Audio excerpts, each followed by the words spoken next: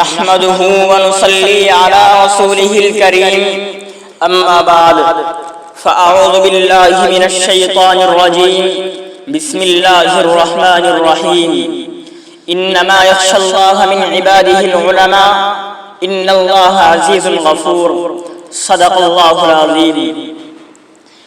جس دور پہ نازا تھی دنیا اب ہم وہ زمانہ بھول گئے، جس دور پہ نازا تھی دنیا اب ہم وہ زمانہ بھول گئے، اوروں کو جگانا یاد رہا خود ہوش میں آنا بھول گئے۔ منہ دیکھ لیا آئینے میں پر داغ نہ دیکھا سینے میں، کہ منہ دیکھ لیا آئینے میں پر داغ نہ دیکھا سینے میں، جی ایسا لگایا جینے کو مرنے کو مسلمان بھول گئے۔ اذان تو اب بھی ہوتی ہے مسجد کی فضا میں اے لوگو، اذان تو اب بھی ہوتی ہے مسجد کی فضا میں اے لوگو، جس ضرب سے دل ہل جاتے تھے وہ ضرب لگانا بھول گئے۔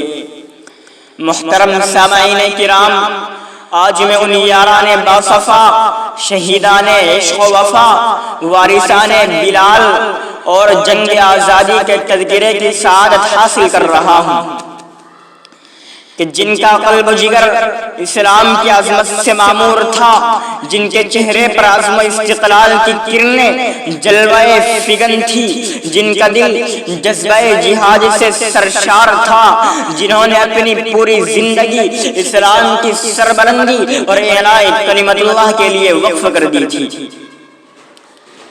برادران ملت، اس چمستان عالم کا پتا پتا اور بوٹا بوٹا اس بات پر شاہد ہے کہ یہ طبقہ ان اصحاب فکر و نظر اور وارثان قلب و جگر کا طبقہ ہے جنہوں نے ملک کے ہر نازک دور میں، ملک کے ہر نازک حالات میں امت کی رہنمائی اور دستگیری فرمائی ہے۔ یہ طبقہ ان وارثان قلب و جگر کا قافلہ ہے جنہوں نے ہر دور میں باطل کا مقابلہ کیا، جب بھی باطل نے حق کو چیلنج کیا انہوں نے اس چیلنج کو قبول کیا اور میدان میں آنے کے لیے اور جم کر باطل طاقتوں کا مقابلہ کیا۔ یہی وہ حضرات ہیں جنہوں نے اپنی جانیں تو دے دی مگر باطل کے سامنے سر نہ جھکایا۔ معزز سامعین کرام، جب ہندوستان کی سرزمین پر انگریز کا ناپاک سایہ پڑا، جب ہندوستان کی سرزمین پر انگریز کا ناپاک تسلط ہوا اور وہ اپنی شاطرانہ اور عیارانہ چال سے یہاں کے مالک بن بیٹھے، جب باشندگان ہند پر طرح طرح کے ظلم و ستم کیے جانے لگے، ظلم و ستم کے پہاڑ توڑے جانے لگے، جب ہندوستانیوں کو ستایا جانے لگا، جب ہندوستانیوں کو غلام بنایا جانے لگا، جب ہندوستانیوں کا خون ان کے پسینے سے بھی ارزا ہونے لگا، ایسے نازک وقت میں، ایسے نازک دور میں، ایسے نازک حالات میں سب سے پہلے جس شخص نے عالم بغاوت بلند کیا وہ محدث کبیر شاہ عبدالعزیز ابن ولی اللہ محدث دہلوی رحمۃ اللہ علیہ ہے۔ یہی وہ مجاہد ہے جنہوں نے وقت میں سب سے پہلے مسلمانوں کے نصب العین کا اعلان فرمایا تھا۔ مسند درس پر بیٹھ کر قرآن و حدیث کا درس دینے والے علماء کرام اور خانقاہوں میں بیٹھ کر اپنے خون و جگر سے شمع اسلام کو روشن کرنے والے مشائخ عظام اپنے مدرسوں اور خانقاہوں کو چھوڑ کر میدان میں آ گئے اور فرنگیوں کے خلاف ایک محاذ بنا کر توکل علی اللہ منزل کی جانب بے سر و سامانی کے عالم میں نکل پڑے۔ میں اکیلا ہی چلا تھا جانب منزل مگر، میں اکیلا ہی چلا تھا جانب منزل مگر، راہ رو آتے گئے اور بنتا گیا۔ ہندوستان کی جنگ آزادی میں اگر علماء کرام حصہ نہ لیتے تو یہ ہندوستان کبھی بھی آزاد نہ ہوتا، یہ ہندوستان کبھی بھی آزاد نہ ہوتا۔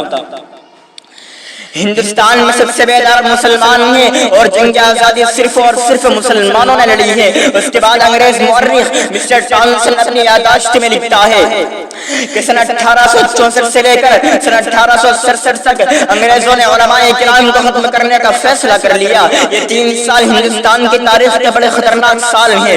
انگریزوں نے ان 3 سالوں میں 14,000 علماء کرام کو تختہ دار پر لٹکا دیا۔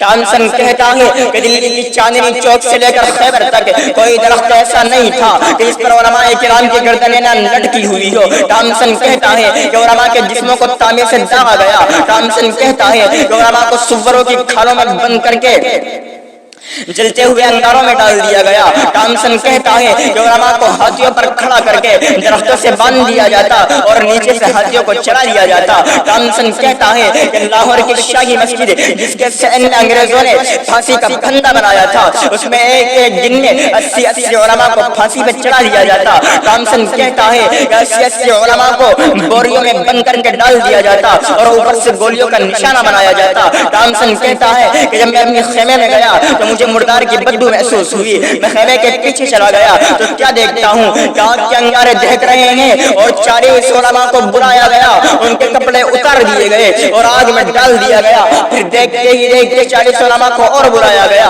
میرے سامنے ان کے کپڑے اتار دیے گئے اور انگریز نے کہا کہ مولوی تم میں سے ایک یہ کہہ دو کہ سن 1857 کی جنگ آزادی میں ہم شریک نہیں تھے، ابھی چھوڑ دیتے ہیں۔ ٹامسن کہتا ہے کہ مجھے پیدا کرنے والے کی قسم ان میں سے کوئی ایک عالم ایسا نہیں تھا، سب نے جانے تو دے دی، آگ میں جل تو گئے، لیکن کسی نے بھی اس کے سامنے سر نہ جھکایا۔